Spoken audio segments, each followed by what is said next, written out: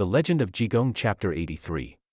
You know, if you've never encountered this text, you might assume classic literature is just like dry, dusty poetry about mountains and rivers. Right, people always assume it's just going to be very stoic and boring. But this reads like a mashup of a modern heist movie, a slapstick comedy, and a deeply unsettling philosophical treatise all rolled into one.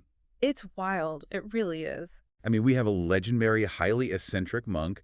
We have martial arts outlaws backstabbing each other. We have magical traps, these profound debates on the meaning of existence, and a cliffhanger that fundamentally challenges how we perceive truth. It's a remarkable narrative, and the overarching theme connecting all these wild events is exactly what you just described. Deception and illusion. But not just magic tricks, right? No, not at all. We're going to examine how these characters use illusion as a weapon, as a psychological shield, and ultimately as a trap. From, like, criminals projecting a false sense of brotherhood, to magical street fights that play on human ego, to dueling philosophical worldviews about the very emptiness of reality itself. It's just so layered. Nothing in this text is exactly as it seems. We're going to unpack the psychological maneuvering happening just beneath the surface of the plot. Well, let's start right in the thick of it. In the criminal underworld, we're introduced to three outlaws right off the bat. We have Feng Yuanzi, who goes by the moniker the Lame Monk. Great outlaw name. Oh, absolutely. Then we have Zhu Pei, known as Little Spirit Flying. And we have Hua Yunlong, the Universe Thieving Mouse. Also a fantastic name. Yeah, I love the Universe Thieving Mouse. And right off the bat, Hua is having a terrible day. He is fleeing for his life after a near-death encounter with a martial artist named Lu Tong. Hua literally says he was almost crushed or thrown to his death. He's terrified. Yeah, and in steps his buddy, Feng Yuanzi, playing the hero. Feng reveals that he actually stole Hua's arrest warrant, the official government document calling for his capture, just to protect him. And, you know, on the surface, this looks like the ultimate demonstration of underworld solidarity. Right. Feng is taking a massive legal risk here. Stealing an official state document in this era is a capital offense. Oh, wow, really? Oh, yeah. You could be executed for that. He does this seemingly to save his brother in the martial arts world. And to understand this, you have to understand the concept of the Jigong. Jigong. Yeah. It translates literally to rivers and lakes, but culturally, it refers to the martial underworld. It's this parallel society of wanderers, martial artists, beggars, thieves, all existing outside the rigid Confucian bounds of the state. So it's kind of like its own hidden ecosystem. Exactly. And in the Jianghu, the concept of brotherhood, like loyalty to your sworn brothers over the law of the land, that's supposed to be the highest possible virtue. Right. It's that classic thieves' code trope. It sounds deeply honorable in a gritty sort of way, like they really have each other's backs against the system. It sounds honorable until the text begins to peel back the layers of that specific illusion. Because the reality of this Greenwood culture, which is, it's a term similar to saying someone is an outlaw of Sherwood Forest. Oh, like Robin Hood. Right, but implying a much darker, more ruthless political reality. This culture is entirely based on power dynamics, not actual affection. Okay, so it's all talk. Basically, yeah. So the three of them decide to travel together to a place called the Iron Buddha Temple in Kaiwa County. This temple acts as a safe house, a major hub for these Greenwood figures. It's crowded, it's tense. There's even a rumor about a talking statue, right? Yes. There's a rumor that the Iron Buddha statue inside is magically speaking, which just adds to this heavy atmosphere of paranoia and superstition. Just a great, creepy setting for a criminal meetup. Completely. But when they navigate to the back of the temple, they find the leader of this particular gathering, a man named Jiang Tianrui, the golden-eyed Buddha. And this interaction with Jiang Tianrui is where the illusion of this grand, honorable brotherhood just completely disintegrates. Oh, it falls apart so fast. In the most petty, passive-aggressive way imaginable. So Jiang Tianrui is clearly the boss. He commands the room. He asks Zhu Pei about a heavenly book that Zhu recently acquired. It's a prized possession. Very valuable to him. Right. So Xu shows it to him, and Jiang just casually looks at it and says, "You don't need this, I'm keeping it." And he just pockets it. He doesn't even ask. He just takes it. Yeah. And Zhu Pei's internal reaction is incredible. The text tells us he is secretly furious. His internal monologue is, "I haven't even loved it enough yet." Which is such a funny phrase. It really is. But because he is so intimidated by Jiang's status and physical power, He doesn't utter a single word of protest. He just swallows his anger and stands there in silence. The phrasing, "I haven't loved it enough yet," is just a brilliant piece of psychological writing. It's so revealing. It really is. It highlights the pure, almost childish greed that actually drives these supposedly hardened, stoic criminals. There's no philosophical detachment here. It is pure possessiveness. Yeah, he sounds like a toddler who just got a toy taken away. Exactly. And furthermore, this micro-interaction exposes the absolute hollowness of their alliances. Jiang Tianrui doesn't ask to borrow the book. He doesn't offer a trade. He simply exerts dominance. He takes. Right. And Zhu Pei's silence isn't a demonstration of respect for the hierarchy. It's a mask. It is a performance hiding intense brewing resentment. You know, think about a time you've been in a deeply dysfunctional workplace, listener. It is exactly like that dynamic. Oh, definitely. It's not just a bad group project. It's the moment your charismatic, untouchable department head casually presents your months of research to the board as his own idea. Just steals it right in front of you. Right, and you're sitting there at the conference table nodding and smiling, saying, "Great leadership, boss." Yeah. But internally, your blood is boiling. You're updating your resume under the table, and you are calculating exactly how to take him down on your way out the door. You're CCing HR on everything in your mind. Yes, the resentment is silent, but it is radioactive. I'd take it a step further, though. In a corporate environment, the stakes are your career. In the Jianghu, the stakes are your life. That's true. HR can't save you here. No, they cannot. And the text uses this relatively trivial theft, stealing a book from an ally, to plant a massive fatal seed. The tension escalates almost immediately after this. Because of Hua Yinlong? Right. Hua Yinlong, the outlaw who was almost killed earlier, is vibrating with paranoia. He realizes that the legendary monk Jigong is likely tracking him. And nobody wants Jigong tracking them. Absolutely not.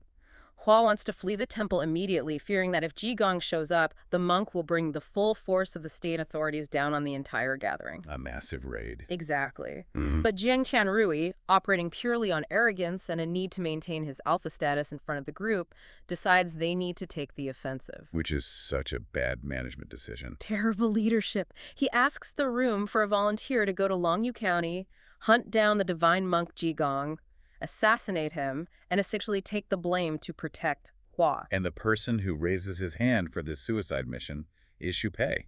Little spirit flying. The very guy who just has prized books stolen and was silently fuming about it 5 minutes ago. Yeah. Now, in the context of the story, the other outlaws probably see this as incredible bravery. Like he is stepping up for the Brotherhood. They think he's a hero. But we know he has a massive ulterior motive. He isn't volunteering out of loyalty to Hua or respect for Jiang. He is secretly formulating a plan. No. He will go to Longyu County, and if he gets caught by the authorities, he's going to rat every single one of them out. He's going to sing. He's going to use the state to burn the Iron Buddha Temple to the ground and get his revenge for the book. Which brings us to a fascinating paradox about deception. Xu Pei genuinely believes he is the smartest person in the room. Oh, he absolutely does. He thinks he has constructed the perfect, impenetrable illusion.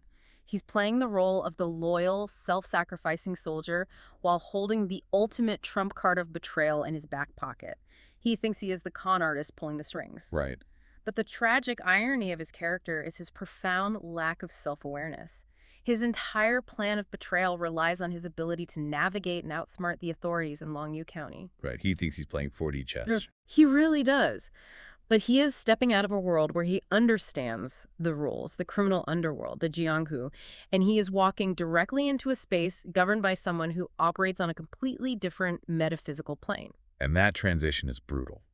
Xu Pei leaves his controlled environment, arrives in Longyu County, and almost immediately bumps into Jigong. The very monk he is supposed to assassinate. Right.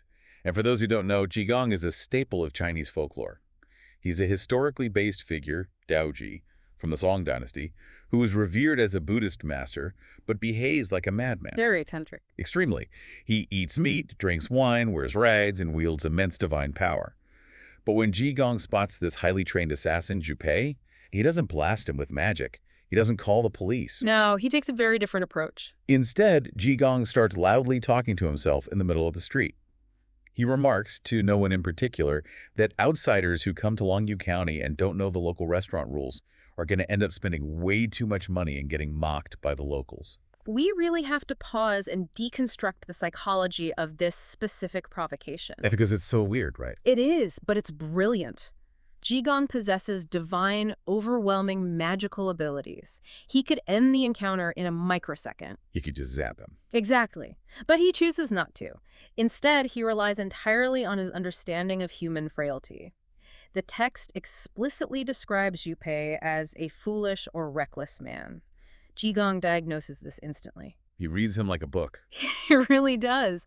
He knows that a street-smart outlaw like Zhu Pei bases his entire identity on his savvy, on his ability to navigate the gritty realities of the world without getting scammed or taken advantage of. He targets the ego. I mean, listener, you know that feeling when you're in a new city and someone implies you're just a clueless tourist getting ripped off. Oh, it's infuriating. It hits a very specific nerve. Yeah. Jigong is basically saying, look at this country bumpkin. He doesn't even know how to order off the secret menu. The locals are going to laugh him out of town. It is a surgical strike on Zhu Pei's pride. By insulting his knowledge of these fabricated restaurant rules and threatening him with the one thing a Jianghu figure cannot abide, public humiliation and loss of face-airy, Jigong overrides the assassin's mission parameters. He completely forgets why he's there. Zhu Pei forgets he is there to kill a divine monk. His pride takes the wheel. He is compelled to prove that he is an insider, a man of the world. Right. So he follows Jigong into a tavern, they start drinking, and inevitably the tension boils over into a physical altercation. Jigong perfectly lures this highly trained killer out of the shadows and right into the middle of a crowded public crossroads. Which is exactly where an assassin doesn't want to be. Exactly. Only then, once the stage is set and the audience is present, does Jigong call out for a constable named Yin Shixong to come arrest Xu, and he loudly and publicly accuses the outlaw of 2 specific murders. Jigong orchestrates the entire environment. So Zhu Pei feels like he's in control right up until the trap snaps shut. He allows you to think this is just a standard tavern brawl. You know, the kind of situation an outlaw handles every single day. A comfortable scenario for him. Right. Right? And when the constable is called, Zhu Pei reacts according to his programming. He relies on his physical prowess. I mean, his nickname is Little Spirit Flying, his agility, his speed. That's his primary asset. That's his whole brand. Yeah. So he decides this street fight isn't worth getting entangled with the law. He attempts to execute a classic wuxia maneuver, leaping straight up onto the roof to make a clean, athletic escape into the night. And this is where the mundane reality of the outlaw crashes headfirst into the divine reality of the monk. Yes, Zhu Pei jumps for the roof, ready to vanish like a ninja. Yeah. But Jigong doesn't chase him. He doesn't jump after him. He just points a single finger at the airborne thief and utters a magic spell. Om chilling he. Just a few words. And instantly, Zhu Pei is physically frozen in place. He's paralyzed in midair, or right there on the roof tiles. He literally cannot move a single muscle. Complete paralysis. The constables just calmly walk up, drag his frozen body down, and put him in chains. But, and I have to push back on Jigong's methods here, if Jigong has literal point-and-click paralysis magic, why on earth did he bother with the elaborate restaurant trick? It seems like a lot of extra work. It does. Why go drinking? Why pick a fight in a tavern? It seems almost cruel, or at least wildly unnecessary. Is he just doing it for his own amusement, like playing a video game on God mode but still messing with the NPCs? It's a crucial question, and it really cuts to the heart of how Zen, or in the Chinese context, Chan Buddhist teaching methods are portrayed in literature. Okay, how so? Well, think about it. If Jigong had simply frozen Zhu Pei the moment the outlaw entered the city gates, Zhu would have felt like a victim of random, unpredictable supernatural weather. Right, like getting struck by lightning. Exactly. He would have been captured, but his internal narrative, his ego, his sense of self as a cunning, capable warrior would have remained completely intact. He would just think, I had bad luck today. He wouldn't have learned anything. You'd just be an angry guy in a cage. Precisely. Jigong's goal is rarely just physical subjugation. It is the total psychological dismantling of the opponent's illusions. Wow. Okay. By provoking him, luring him into a tavern, engaging him in a physical fight, and crucially letting him attempt his signature prideful escape move before freezing him. Jigong systematically strips away every single illusion Zhu Pei relies on to understand himself. He lets him play all his cards. Yes. He strips away his street smarts, proving he was easily manipulated. He strips away his martial arts skill, rendering his physical agility entirely useless. The spell abruptly ends what could have been a standard, honorable martial arts chase, replacing the familiar rules of the outlaw world with the absolute, unquestionable authority of the divine. That's devastating. He breaks the man's spirit and his paradigm before the chains even touch his wrists. He makes Xu Pei realize how completely fundamentally powerless he actually is. And with the thief physically frozen and dragged down into the mud, the illusion of his grand, soaring escape is entirely shattered. And that prepares him for what comes next. Right, because now Jigong hasn't just arrested him. He has prepared him for the courtroom. Because now Xu Pei is mentally broken, which leads us to see how quickly his other illusions, specifically his illusions about criminal loyalty, are going to be dismantled before the magistrate. The transition from the street to the courtroom is a transition from metaphysical law to state law. It's a huge shift in tone. It really is. Once Xu Pei is brought before the magistrate, the narrative shifts from the street-level cat-and-mouse game to the formal, rigid mechanisms of government justice. And Xu Pei's behavior during this interrogation is a masterclass in moral compartmentalization and cognitive dissonance. It's unbelievable to read. The magistrate begins by questioning him strictly about the murders Jigong accused him of in the street. And remarkably, Zhu immediately confesses to killing a man named Li Zhaoming. He doesn't even try to deny it. He just straight up admits to murder. But his legal defense is absolutely wild. Oh, it's so strange. He tells the magistrate, yes, I killed Li Zhaoming, but only because Li Zhaoming murdered a Daoist named Ye Qishuang. So, in Zhu's mind, this is just simple, undeniable arithmetic. Right. It's an eye for an eye. He essentially believes he canceled out Li Zhaoming's crime by killing him. The ledger is mathematically balanced, so the state shouldn't even be involved in the matter. It's not murder, it's auditing. It is a profound, almost absurd clash of legal philosophies. Seriously. What Xu Pei is articulating to the magistrate is the pure, unadulterated justice of the Jianghu. In that martial underworld, vendettas, blood debts, and vigilante retribution are the governing laws. If someone murders an ally, you murder them back, the scale is balanced, and the community accepts it. But he is trying to present this argument in a formal state court. Yes. It's like watching someone hand a bewildered traffic court judge a 40-page manifesto declaring themselves a sovereign vessel of the sea to get out of a parking ticket. That is exactly what it's like. They're operating on a completely insular belief system Yep. that has absolutely zero bearing on the unyielding reality of the state. It's just two different realities colliding. That is a highly accurate comparison. Because to the magistrate representing the Song dynasty, murder is not a transaction between two citizens. Right. It's a direct assault on the state's monopoly on violence and a disruption of social harmony. And it doesn't matter who the victim was or what prior crimes they had committed. Yu's defense highlights his absolute tragic failure to understand that the rules of his underworld hold zero currency in the harsh light of a government tribunal. And the magistrate, understandably, completely ignores this defense. He just pivots. He asks Xu Pei about the stolen official documents, the arrest warrant for Hua Yunlong that Feng Yuanzi stole back at the beginning of our story. And this pivot is the exact moment Xu Pei has been waiting for. Ever since Jiang Tianrui stole his heavenly book, he vehemently denies stealing the state documents himself, and without skipping a single beat, he immediately throws his former allies under the bus. The speed and completeness of his betrayal is just staggering. It gives you whiplash. There is no hesitation, no internal conflict. He names Feng Yuanzi and Hua Yunlong directly. He provides their exact geographic location at the Iron Buddha Temple. GPS coordinates, basically. Basically, yeah. And he doesn't stop there. He casually volunteers the information that there is a massive, concentrated gathering of other Greenwood outlaw figures currently hiding at that temple. He hands the magistrate the entire regional criminal network on a silver platter. It's incredible. You know, we often talk about the prisoner's dilemma in game theory, where you have to weigh the risk of your partner betraying you against the reward of staying silent. Right. But this isn't even a dilemma.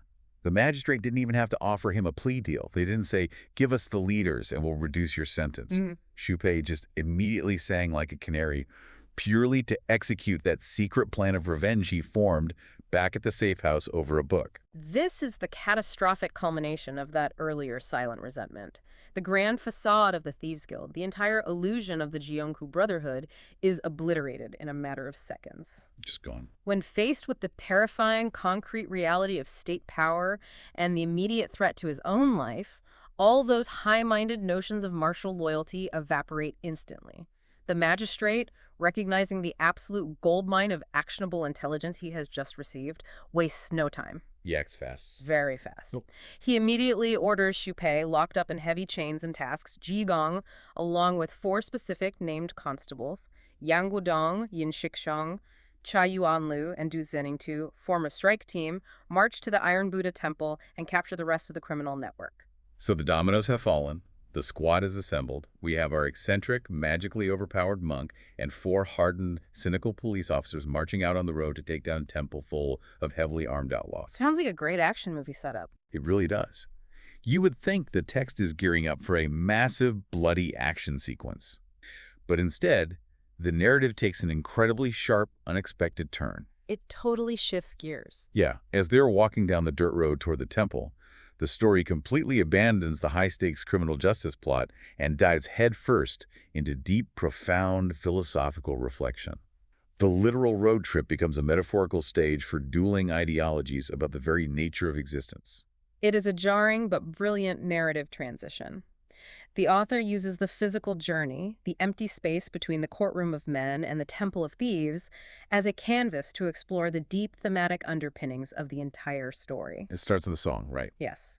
As they walk, Jigong begins to sing a long, profound song. And the central repeating theme of this song is emptiness, or in Buddhist terms, shunyata. And he covers absolutely everything in this song. He sings the sky is empty, the earth is empty, the sun, the moon, the fields are all empty. He says wealth is empty, family is empty, official government rank is empty. Everything is empty. It's an intense, sweeping declaration.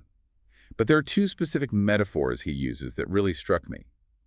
First, he compares human life to a bee gathering honey. He sings that we work endlessly, flying frantically from flower to flower, only to end up with nothing to show for our hard work. And second, he compares all of human existence to a fleeting dream. We really need to spend some time breaking down the specific mechanics of the imagery in Jigong's song, because it is densely layered with Chan Buddhist and nihilistic philosophy. Yeah, let's unpack that. Let's look at the metaphor of the bee gathering honey. It is a devastating critique of human ambition. Think about it. The bee believes it's accomplishing something vital. It's building its hive, securing its future, participating in its community. It's busy being a bee. Right. But from a higher perspective, the bee is simply trapped in a biological, systemic cycle of exhausting labor. It extracts resources that it ultimately doesn't get to keep, and then it dies. Wow, that's dark. It is. And Jigong is applying this exact mechanic to human pursuits.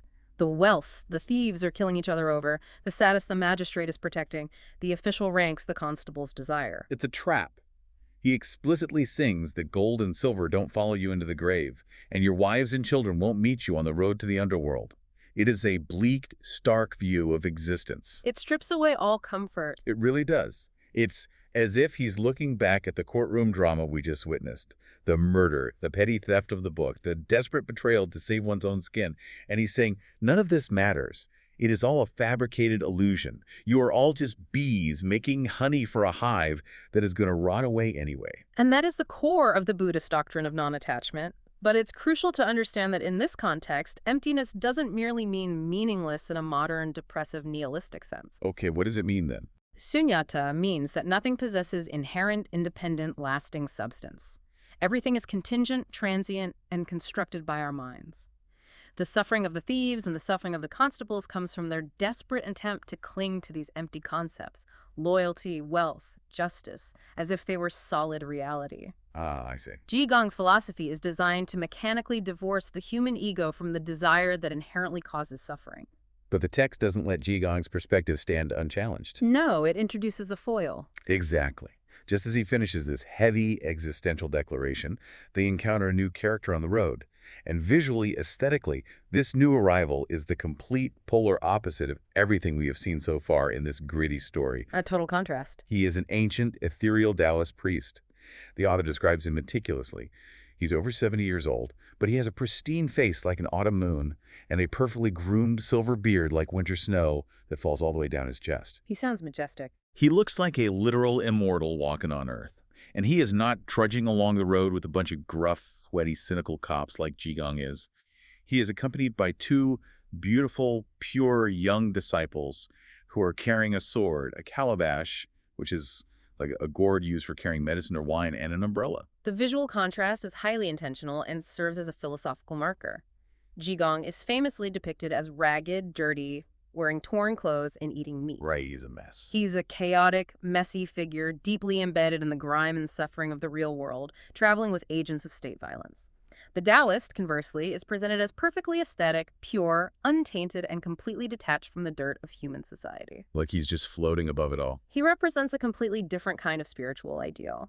And right on cue, as if responding to a theatrical prompt, the Daoist begins to sing his own song, offering a direct theological counterpoint to Jigong's Buddhism. The Taoist sings a song entirely about escapism. He contrasts the exhausting pursuit of jade palaces, high political office, and fine horses with the simple, pure joys of secluded nature. A very romantic view. Yeah, he sings about living in paper tents, wandering freely through mountains and streams, and not even caring what season it is. He is singing about absolute carefree leisure in the wilderness. Now, I have to ask you about this, because at first glance, both of these spiritual heavyweights seem to be singing about the exact same thing, rejecting worldly ambition. They do sound similar initially. Right, don't they agree? To put it in modern terms, it sounds like Jigong is pitching extreme minimalism, like own nothing, all matter is an illusion. And the Taoist is pitching the van life off-grid trend, like leave the toxic city, go live in the woods and be happy. That's a great analogy. One says own nothing, the other says go look at a cloud. Are they really offering fundamentally different philosophies? It is a very perceptive comparison, but the theological differences operating beneath the surface of those songs are profound and historically significant in Chinese thought. Okay, lay it on me. While Jigong's Buddhism dictates that everything in the universe is empty, including the earth, the sky, and all human connection, the Taoist is arguing that only human society is empty. Oh. Yeah. The Taoist does not believe the universe is a void. He finds incredible fulfillment, substance, and spiritual nourishment in nature. He is practicing a form of wu-wei, or non-action, not by detaching from existence, but by harmonizing with the natural flow of the Tao. So he's not detached from everything. Right. He isn't preaching non-attachment to reality. He is preaching a very specific, highly idealized attachment to the natural world. He wants to be active companions with the streams and the clouds. Ah, I see the distinction. So Jigong thinks the entire universe, including the woods, is a constructed void. But the Taoist thinks politics, money, and cities are a toxic void. But the forest is solid, real, and great. Precisely. The Taoist's philosophy is one of romantic escapism and physical harmony with nature, whereas Jigong's is one of absolute metaphysical deconstruction. That's a huge difference when you put it like that. And this ideological collision sets up a fascinating narrative tension. We have two incredibly powerful, visually distinct spiritual figures meeting on a dirt road, representing two divergent, historically competitive paths to enlightenment. Right. As a reader or listener, you might expect them to sit down on a rock by a stream and engage in a respectful, highly intellectual, hours-long debate on the nuances of theology. You would absolutely expect that. Yeah. And you would be so wrong. Because this peaceful, highly intellectual, poetic atmosphere is violently and completely absurdly interrupted. Just out of nowhere. Just as we are lulled into this deep philosophical headspace, pondering the nature of the void, Jigong pulls the ultimate stunt. Literally right after the songs finish echoing in the air, Jigong just collapses into the dirt in the middle of the road. Right in the dirt. He starts wailing. He claims his back hurts, his legs hurt, his belly is in agony, his head is splitting. He says his heart is clogged and his mouth tastes bitter. He starts screaming at the cops, "I am dying, I can't walk another step." The tonal whiplash is extraordinary. Hilarious. We move instantly, in the span of a single sentence, from sublime spiritual poetry to a chaotic, undignified medical emergency. Or, well, at least the loud performance of one. Because what is truly comedic and deeply telling about the narrative is the reaction of the police escorts, particularly Constables Yin and Chai. They are completely and utterly unfazed. They are the ultimate straight man in this bizarre comedy routine. We've seen it all before. They have clearly been traveling with Jigong long enough to know exactly how he operates. When this divine monk collapses and starts groaning about his organs failing, the cops don't panic. They don't rush to his aid. They don't check his pulse. No. They literally just squat down on the side of the dirt road, clearly annoyed. Constable Chai even casually points out that Jigong's complaints are getting all mixed up and nonsensical.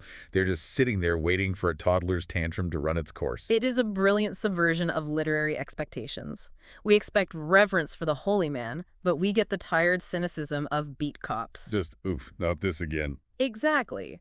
But the pristine Taoist, who just spent the last 5 minutes singing beautifully about being entirely free from worldly concerns, ego, and societal interactions, he simply cannot resist getting involved in the drama. He just has to intervene. He approaches the group, sees the agonizing monk in the dirt, and immediately offers his prized magical medicine, the 9-turn soul-returning pill. And the medical claims he makes about these pills are staggering.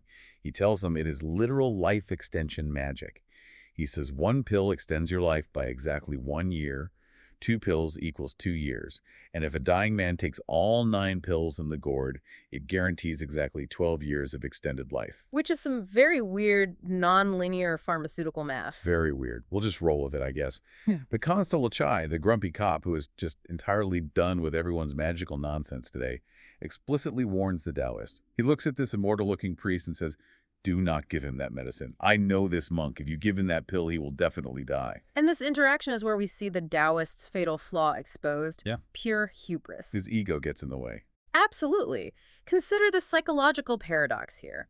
Despite his beautiful song about lacking ego, about avoiding the petty squabbles of the material world, his pride is instantly and intensely triggered. Because a cop questioned him.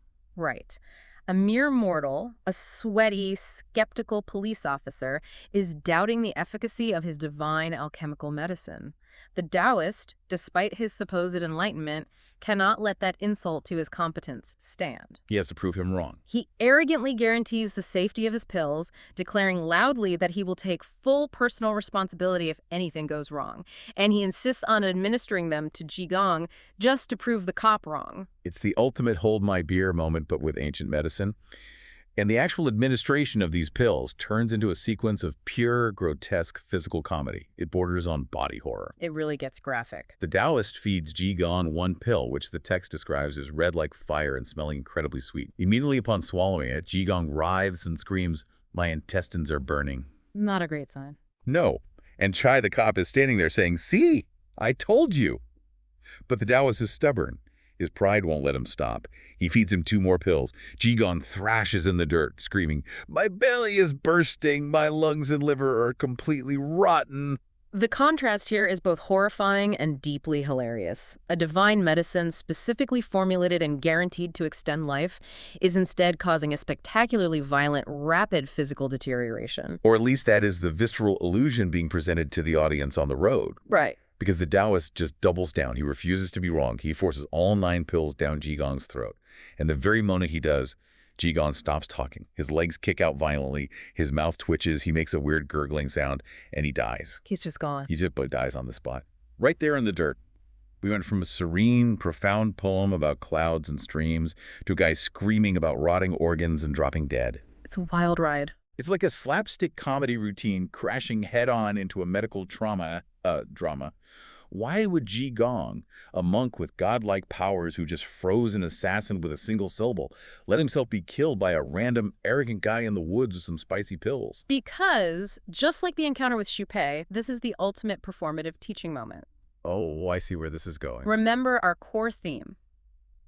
Deception, illusion, and the shattering of paradigms.